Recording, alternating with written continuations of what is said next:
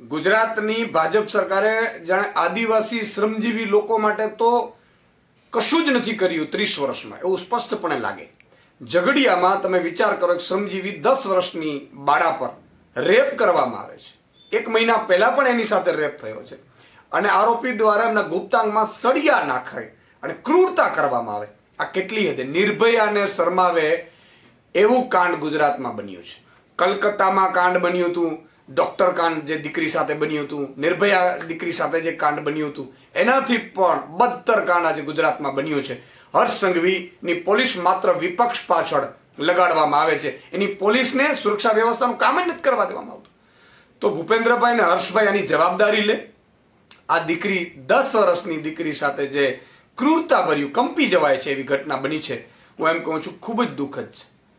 આજે આ 10 તમે જુઓ વર્ષની બાળા કઈ રીતે એ અત્યારે જીવી રહી હશે.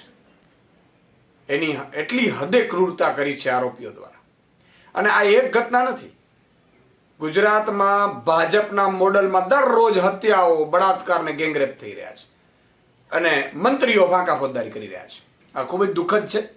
આ ઘટનામાં પણ ફાસ્ટ ટ્રેક કોર્ટમાં આ કેસ લઈ જવામાં આવે અને નરાધમને સખ્તની સખ્ત કાર્યવાહી 2 મહિનામાં સજા થાય એવું પ્રાવધાન કરવામાં આવે અને પીડિત પરિવારને પણ વળતર ચૂકવવામાં આવે એવી આમ આદમી પાર્ટી માંગ કરી રહી છે.